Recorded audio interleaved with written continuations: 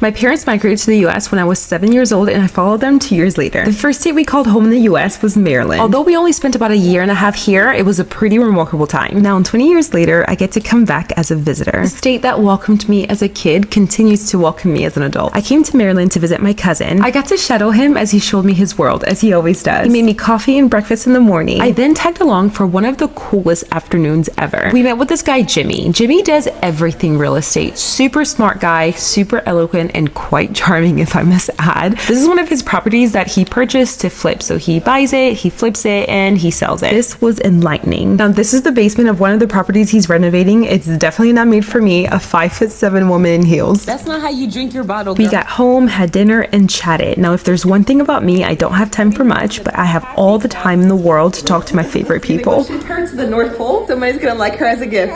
Let's go. Now, in true DMV fashion, we had to go out. The